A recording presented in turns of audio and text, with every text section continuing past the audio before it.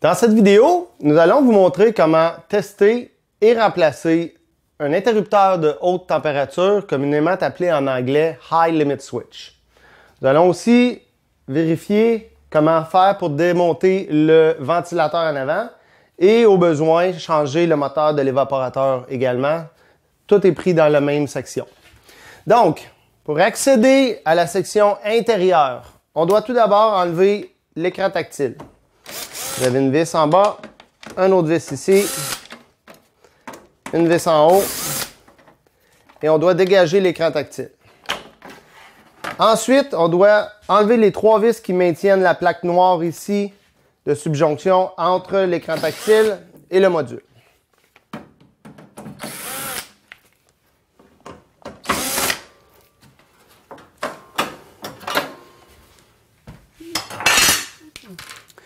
Bien important d'enlever la plaque sur le dessus.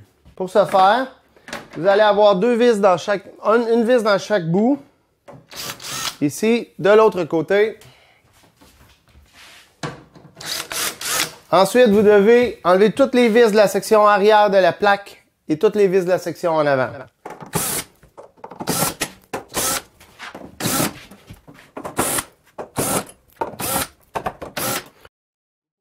Vous pourrez ensuite dégager la section complète en soulevant vers le haut, comme ceci. Et voilà, cette section-là peut s'enlever de cette façon-là. Et ça vous permet de dégager tout votre module central. Nous allons défaire les deux vis qui maintiennent le module central au châssis. Et n'oubliez pas, il y en a deux sur le côté également.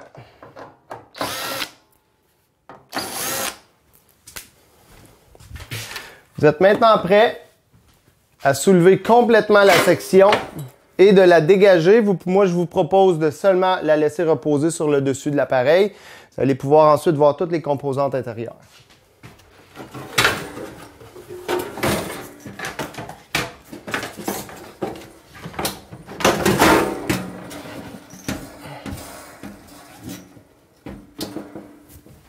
Et voilà.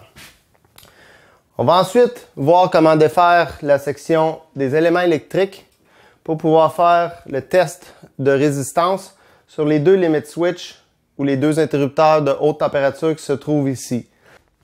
La raison principale lorsque vous n'avez pas de chauffage dans ces unités est souvent que l'interrupteur de haute température a brûlé. Donc, il n'y a plus de résistance qui passe à l'intérieur. Souvent, ça arrive lorsque vous avez un lit qui est trop proche, qui empêche l'air de bien circuler. Ça fait surchauffer les pièces à l'intérieur.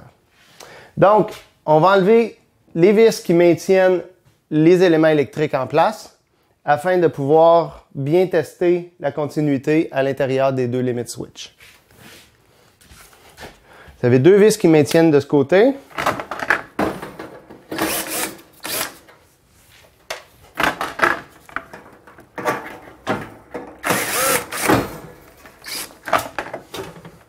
Et deux vis de l'autre côté.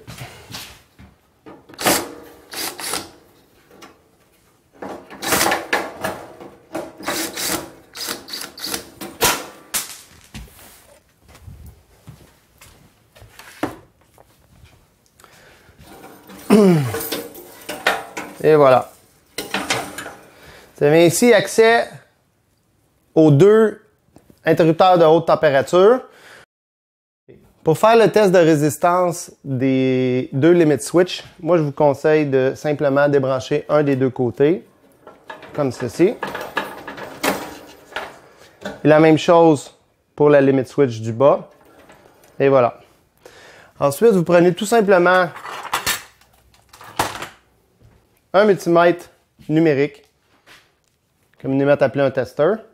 Vous allez le positionner sur la résistance. Moi, j'aime habituellement lorsqu'on entend un bip quand il y a de la résistance. Et on fait le test. Ici, on a pris un appareil neuf, donc il fonctionne. Vous devriez entendre un bip.